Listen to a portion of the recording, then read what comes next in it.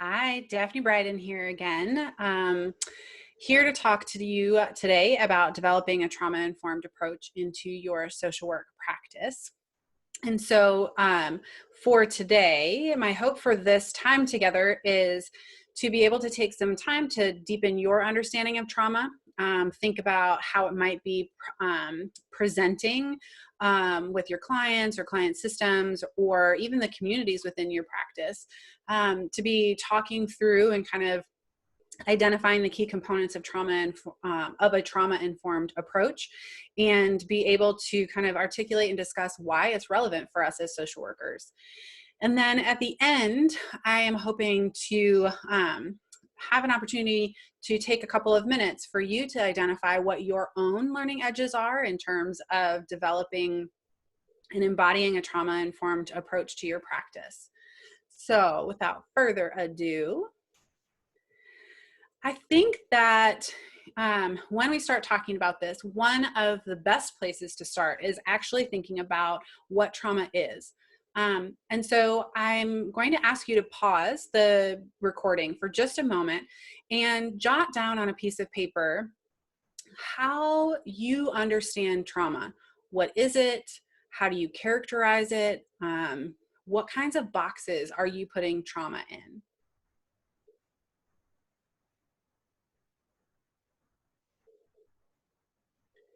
So whenever I do this lecture in person, we kind of create this list on the board, and typically the idea of what is trauma, the responses that we get range from, the kind of explanation or definition that is in in the Diagnostic and Statistical Manual about it being a life-threatening event that causes somebody to fear, right, for their life or their livelihood. SAMHSA also gives a great definition about trauma that kind of captures both an individual, a negative experience for individuals. We hear a little bit about trauma related to historical trauma, right? So trauma that has happened in previous generations and how that manifests as an individual moves forward. So there's a whole lot that ends up on that list, right? And one of the things I think that is super remarkable is that our conversation around trauma is still pretty new, right? We don't have, a long century worth of information about what trauma is, who's defining it, etc. And so what people typically come back to is the ACEs study, right? The Adverse Childhood Experiences study that took place in the late 80s, early 90s, and really started to draw some of those connections between these adverse experiences that individuals were exposed to, and then the relationship that those had to health outcomes in particular. And so when we talk about screening for trauma, when we talk about assessing for trauma, we actually are really looking to identify a whole range of adverse experiences. And so this should look familiar to you, relatively familiar to you from when we first met this semester, and really kind of thinking about how it is that I personally have come to conceptualize trauma and the way that it impacts our clients or my clients' lives. And so on this, I think is it going to be your left-hand side?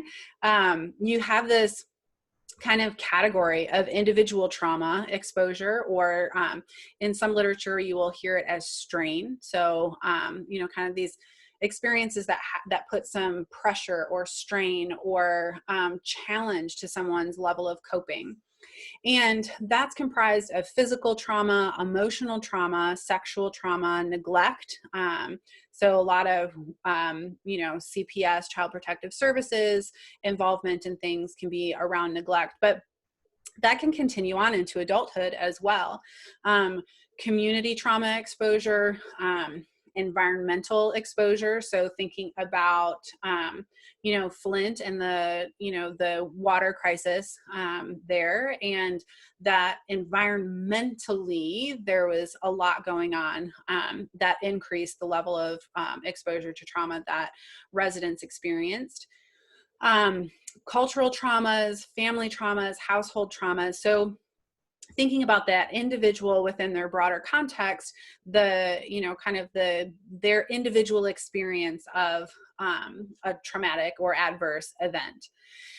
But that is only one part of it, right? And we know that as individuals who are involved in systems and practitioners who are providing support to individuals, families, communities that are involved in broader systems, we're also talking about trauma exposure and adverse experiences related to discrimination, to social, socioeconomic distress, poverty, legal issues.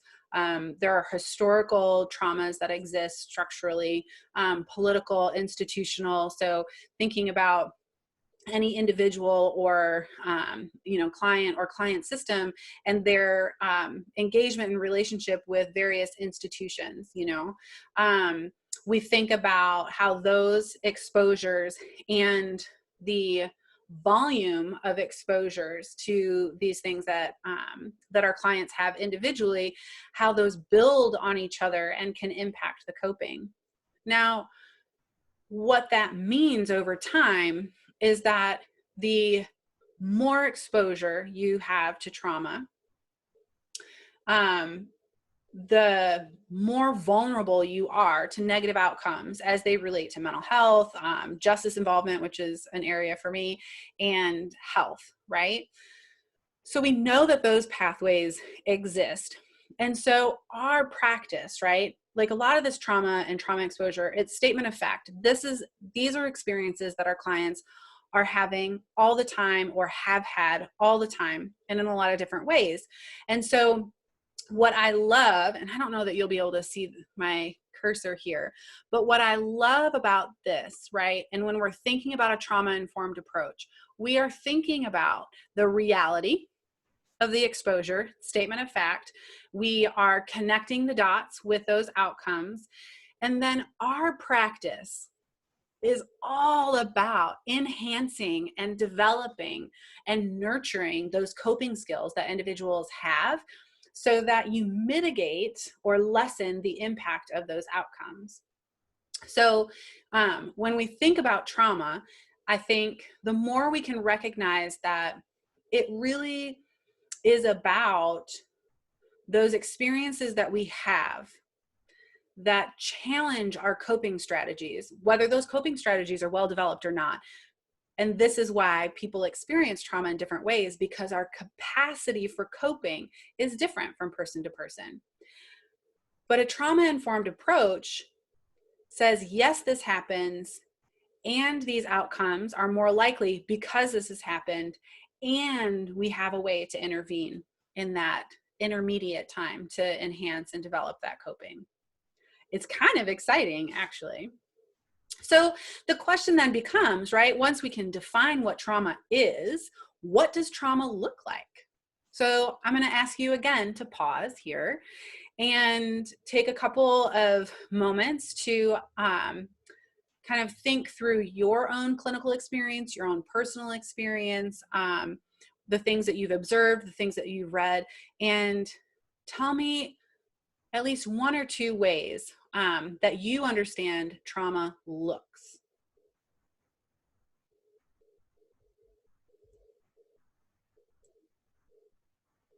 Now, again, when we do this in kind of a in-person lecture kind of way or discussion way, I again write some things on the board, and it comes up like the different ideas, and you can tell me how this fits for you, right? So emotional dysregulation, this looks like mental health presentation or mental illness presentation. So we are seeing high rates of symptoms related to depression, anxiety, any sort of acute stress disorder, post-traumatic stress disorder, difficulty adjusting. This can be, trauma can look like withdrawal. Trauma can look like something really quiet. Trauma can look like something really dramatic. So trauma looks like a whole range of things. But one of the things that unifies this idea of trauma is it looks like something is off, right? And so we usually have trauma walking into our office looking a lot like something is not right. So what we know, right, is that trauma, and again, depending on the severity, depending on the individual's capacity to manage and engage and cope with the trauma that they are exposed to, what we know is that trauma exposure on its face has neurobiological effects, which then come out as behavioral indicators of trauma. But trauma exposure increases somebody's vulnerability to kind of rapidly bypass that the regulation of that prefrontal cortex. So it's like rapidly cycling straight directly to the dysregulation. So when I'm talking about this with kids, or actually, no, when I talk about it with anybody, I talk about it like the brain like this, and trauma exposure, right, increases somebody's vulnerability to flip their lid. And when they flip their lid, right, when you bypass this regulator, then you are exposing the other parts of your brain, like the hippocampus and your amygdala, and you are requiring them to take lead. And they don't have as much discernment. Those parts of your brain are the activators for fight and flight and freeze, and they are very like sub processes, right? And so if you take this and flip it, if you lose control of that prefrontal cortex, then you have some really tender parts of your brain that are kind of taking over, and you will survive, right? People exposed to trauma will survive, but it creates a whole new set of pathways for how they're going to function. And those pathways will improve resilience in some ways, but it's also increasing their vulnerability in other ways. I think of it as very tender. So what we know then, right, if we're thinking about this from kind of a cognitive behavioral type of perspective, and this is why, honestly, this is why when we think about trauma treatments, interventions for trauma, we start a lot with some of the cognitive behavioral focused and theoretically based treatments. But what we know is that when you have trauma, that triangle you have, that relationship that you have between your thoughts, your feelings, and behaviors, and any sort of regulation and regularity that you have with it, trauma just like blows each of those spaces up. And so when somebody comes into your office after they have experienced trauma in some fashion, and again, whether they name it that or not, they are walking into your office with disruptions in each of these domains. How severe it is, how noticeable it is, all of those things are going to be dependent upon their previous exposure, their coping strategies. So all of those risk and protective factors that we've talked about before, depending on the balance of those, it's going to impact how disruptive and how dysregulating the trauma exposure is going to be. So if it's not apparent right now, and by now, the question then becomes, right, why do we assess it and why do we care, right? And I would encourage you to take a second and see if you can put it into your own words. You can pause this if you would like. But I invite you to think about why we assess trauma and why we even care.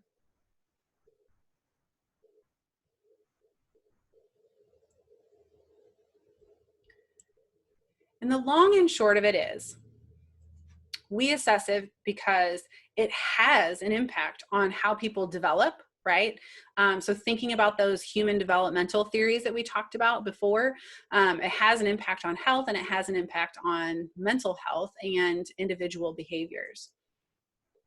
It also has a really real impact on how people are thinking about themselves, how they conceptualize their coping, how they conceptualize the world.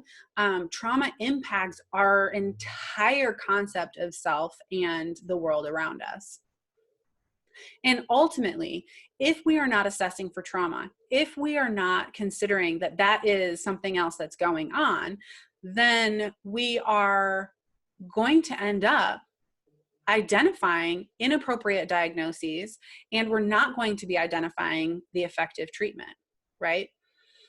If you just see somebody coming in as having anxiety, then you can treat anxiety. You can use CBT. You can use these modalities that will be effective for a kind of mainline anxiety, right?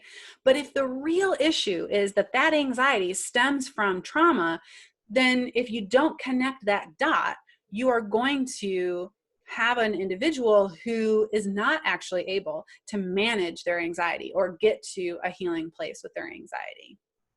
And some people will say, well, but you get good enough, you kind of get close enough, it's okay, right?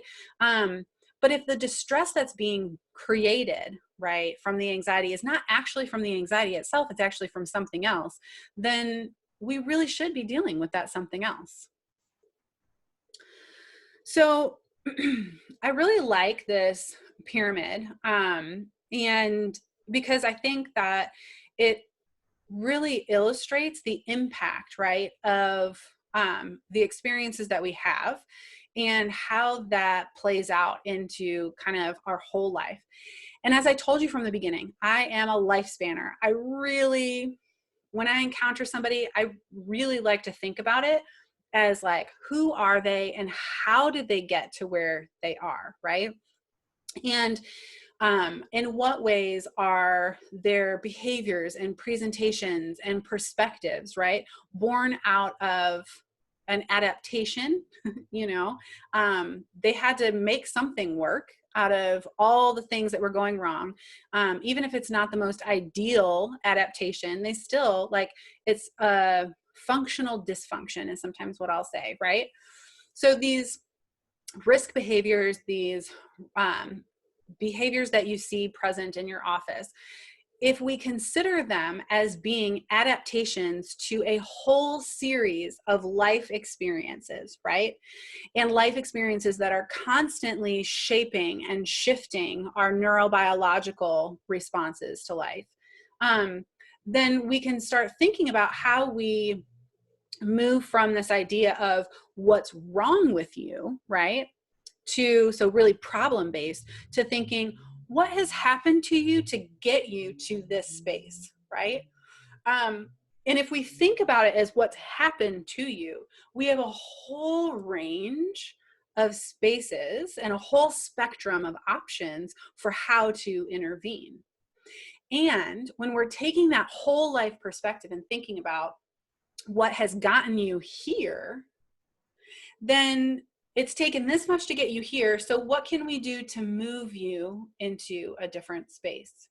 It's very, to me, kind of thinking about it from this whole life perspective is very fluid. And it reduces the impulse that we have to fix, right? What's wrong with you equals fix. What's happened to you equals, let me get to know your narrative, your story, and how do we move from here? More movement, which I kind of love. So what does that mean for assessing trauma? First and foremost, it's a shift in mindset. So when you and I talk about case conceptualization, right? And I started with, what do you think is happening diagnostically? That is a very problem-focused diagnostic approach to thinking about the clients we're working with. And there's a long history of doing it that way. And I don't think that that is sufficient for us anymore. I mean, really, if it ever was. But it is no longer a sufficient way to be thinking about our clients and how we are going to develop a treatment plan with them. So first and foremost, if you are thinking from a trauma-informed space, then you know that safety, creating a safe environment, is absolutely important. Yes, we need to know information, and we'll get there, because if a client feels safe with you, and again, this is psychological safety and physical safety, then they are more inclined to be vulnerable with you. So first and foremost, create that safe environment. Second, use a whole range of tools and approaches. So there isn't like one perfect assessment tool. And I know a number of you have been like, Daphne, what is the best tool, or what are the best tools to be able to assess for trauma? And yes, you can use a standardized tool. And again, in Canvas, in the screening and assessment toolbox, there are a number of tools that you can use. But here's the deal. Do you understand, right, what trauma is, and how can you ask about it and elicit those experiences from people? So sure, standardized measures are okay, but can you tell me about a time when, right, you experienced something really difficult? And they can tell you time, and it can be interpersonal. It could be, tell me a time when you experienced something, you had experienced something difficult while in school, experience something difficult while employed, experience something difficult with the legal system or with law enforcement, or what are some stories that you've heard over time, right, from parents, grandparents, loved ones, people who know about your family history. What are some difficult experiences in your family's past, right? So you can take this kind of narrative approach, because you know that trauma is that whole list of individual things, right? Witnessing, experiencing, loss, etc. And it's also these structural things. And so you can be asking questions about those without necessarily being like, tell me about your trauma. So first and foremost, use a variety. Get comfortable with your understanding of trauma. Get comfortable asking about trauma. And then, like intimate partner violence, like suicidality, make it a regular part of your assessment. Because even if somebody does not have something traumatic, even if they deny any sort of trauma exposure from before, they are not immune from a more recent or current traumatic event. So make sure that you are asking at multiple time points when you can. And again, like thinking about what is it that you've experienced? How did you cope with that? What are you taking away from that?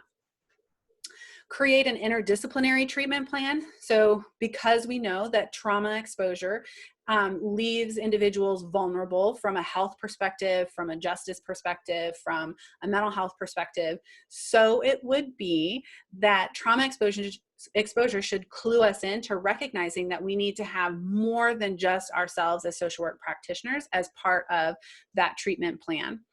And so to the extent that you can, coordinate care or recommend care coordination with a physical health provider or even dentistry, like thinking more broadly about who should be a part of that treatment team. And again, assess it over time.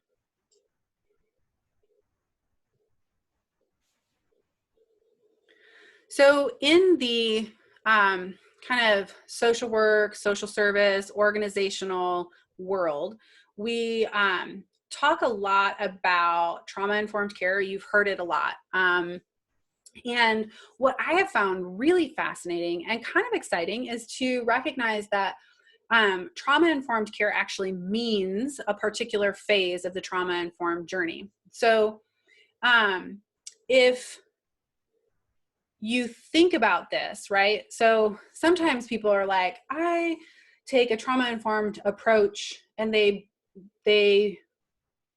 don't clarify what that means. When you say that, it means a particular thing. If I can just like state that, right? And so it's important for you to recognize that trauma-informed care means something, and you need to know and be able to articulate where you are in this journey. So if you look at, and I really like this roadmap, this phased roadmap, right? That there's kind of a move from trauma awareness through trauma sensitivity, through trauma responsive, and into trauma informed. And most people, most organizations are in this trauma aware space. So there's some recognition and awareness that trauma is important, that it plays a role in behaviors and health outcomes, right? But then this next level of trauma sensitive means that you're taking that information that you know, and that you are preparing your agency, or you are preparing your practice with certain processes, protocols, infrastructure to be able to kind of engage with that. So thinking about your own practice, right? So trauma aware, most of you I think are there. Trauma sensitive means that in your practice, you are starting to build some of these assessments into your practice, right? So you are starting to engage that. You are looking for that level of engagement in the agencies that you're a part of. You are engaging trauma awareness and trauma sensitivity in the readings that you engage in, the workshops you attend, things like that, right? And then trauma responsive means that you are starting to really intentionally devise a plan about how you are going to not only be asking about that information and gathering information, but how you are going to create trauma responsive and trauma engaged procedures and protocols. So thinking about that interdisciplinary team, how does that change your practice and your prioritization of who you have for your referrals, in terms of like the people you're going to refer folks out for treatment, who you're going to engage in some of that community building.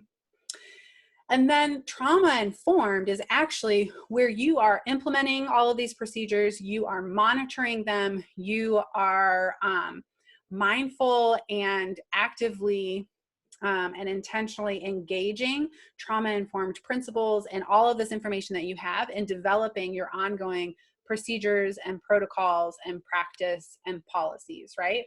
So there's a whole move in the last, I don't know, 5 to 7 years where social work practitioners and social work practitioners across the whole spectrum of social work are starting to look at what does it mean to develop trauma-informed policies, right?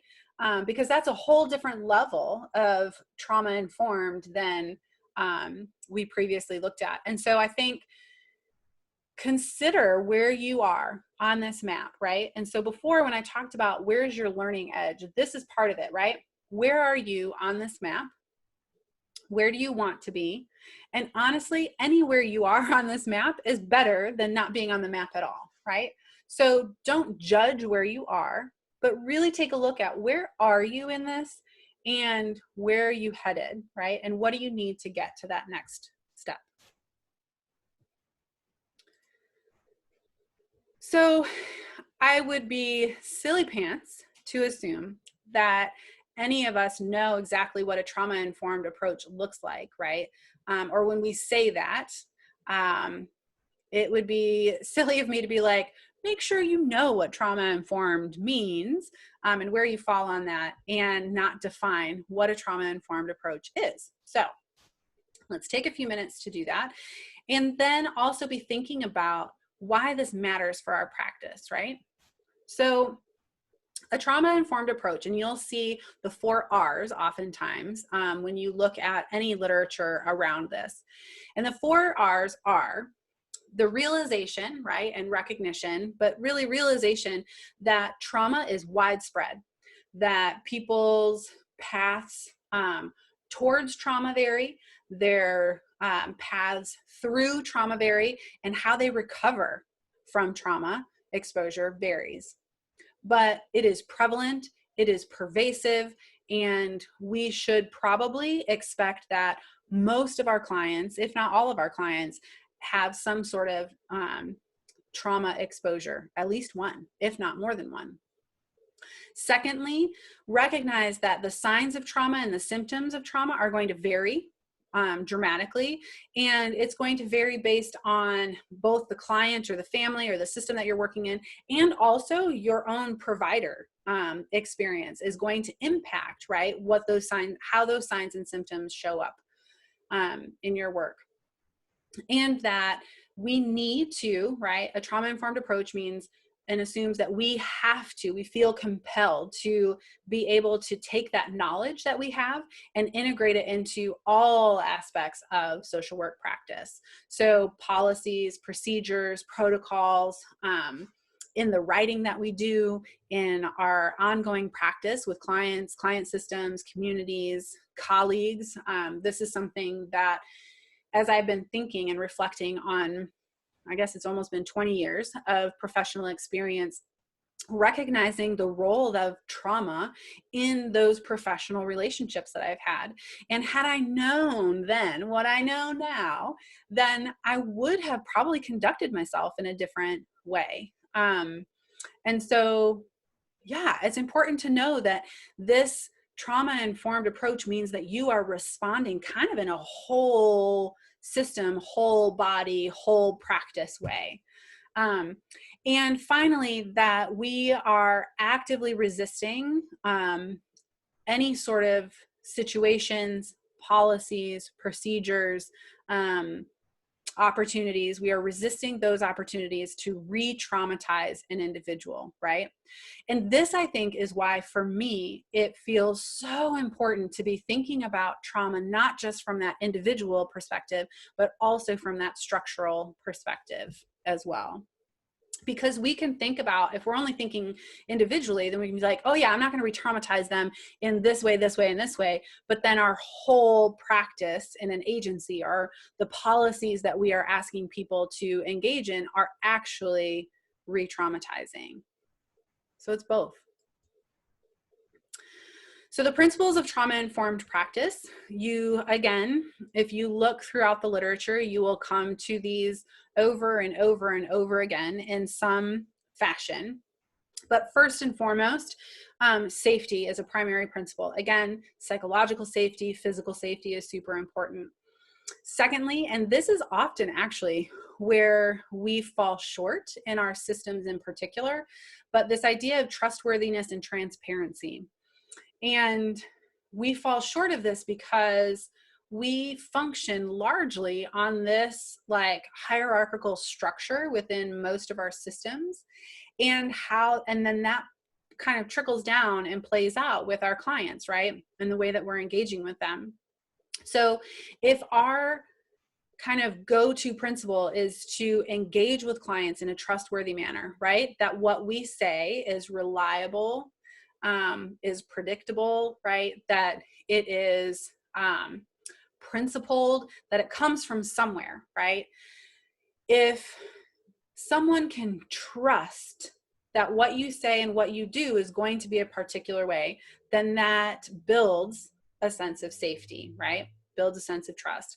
And transparency about, like, you don't have to be the expert. You don't have to have everything figured out, but you do need to make sure that you are giving information to your client or your client system enough so that they understand their role and your role within the broader system, right? So I will often, things like the informed consent process of confidentiality. I think about that often, right? It is so important for us to develop a sense of trust with our client, right? So everything that we say is confidential. That's building that trust. There are exceptions, right? Because safety is so important to me. Then I need you to know that there are some exceptions. I will need to break confidentiality if I'm concerned about your safety, the safety of someone else, or really those are kind of the big things, right? And safety can be self-harm, or it can be somebody harming you.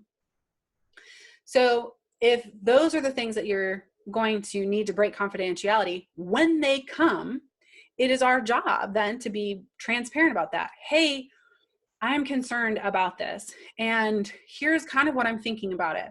Here's who I'm thinking about needing to notify.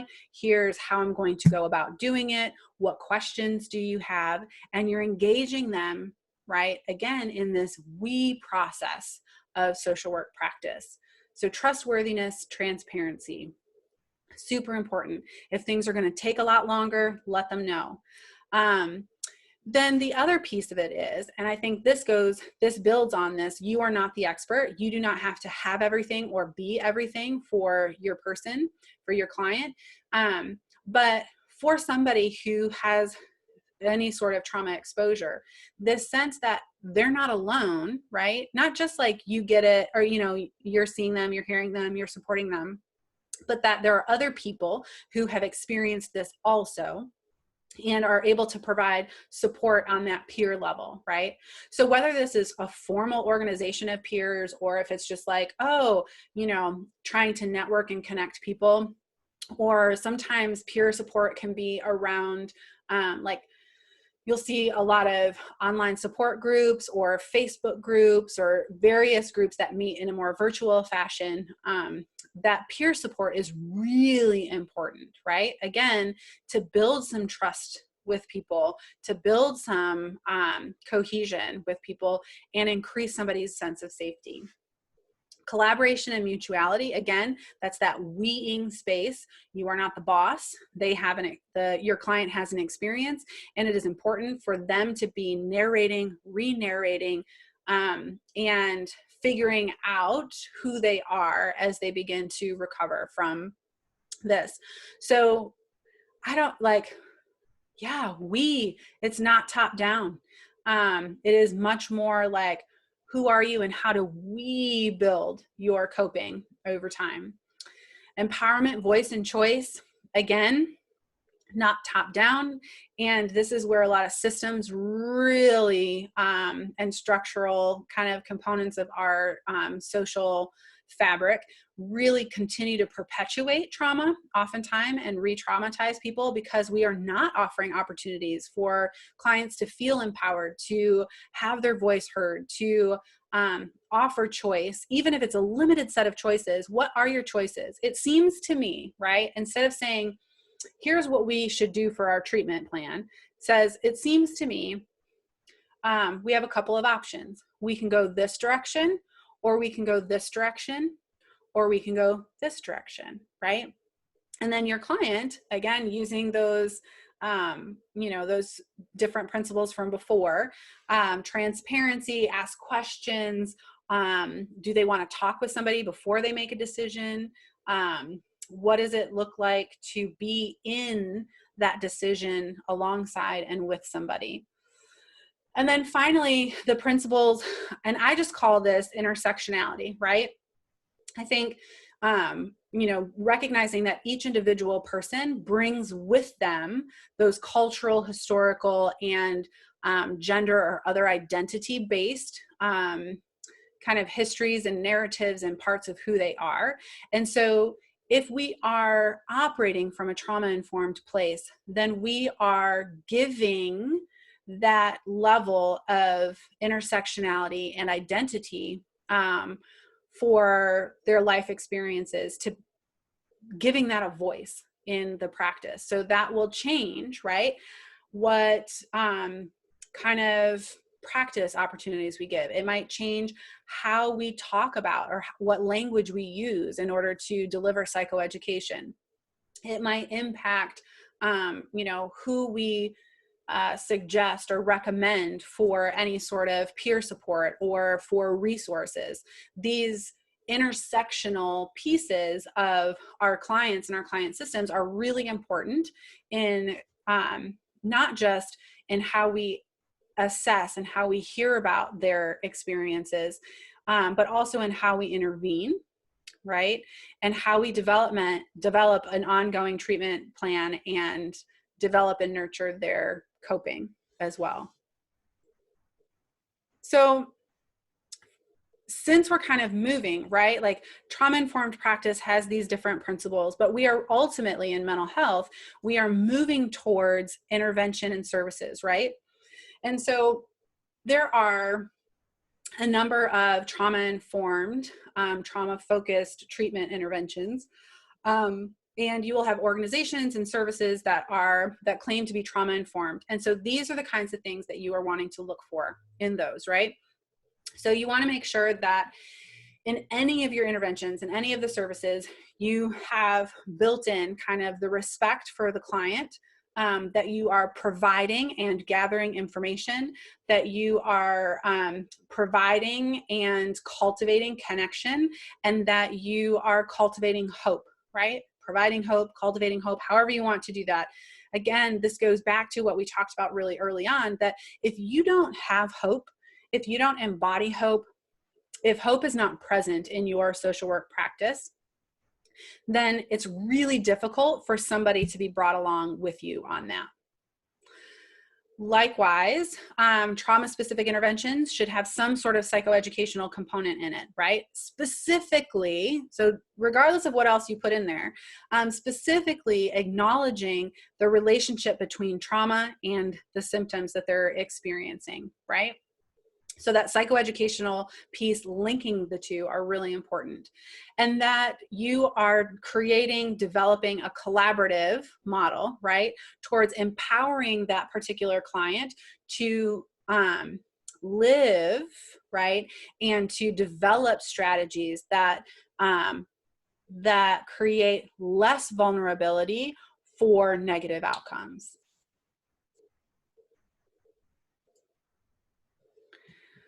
So kind of if you are, sometimes a visual will help me, right? So in thinking about this, you are trying to, through trauma-specific interventions, you're trying to increase coping and stress management skills. You're trying to improve any sort of family or social communication, and you're trying to increase that sense of safety and security, right? And at the same time, in doing that, you are looking to reduce those trauma symptoms. You're looking to reduce the sensitivity, right? That vulnerability to those trauma reminders. And you're wanting to reduce the distressing trauma related cognition. So again, thinking that regardless of the modality, right, there is a fundamental disruption in how we are thinking about our experiences. And that is what trauma does, right? It flips, you know, it increases our vulnerability to flipping the lid and then creating some of these distortions in the tender space beneath.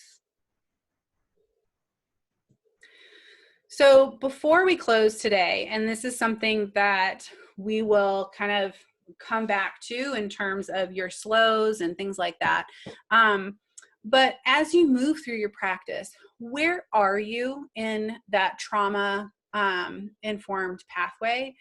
And what is your particular learning edge as you develop your own or develop a trauma informed approach in your social work practice, right? So this is something that's going to be very individual.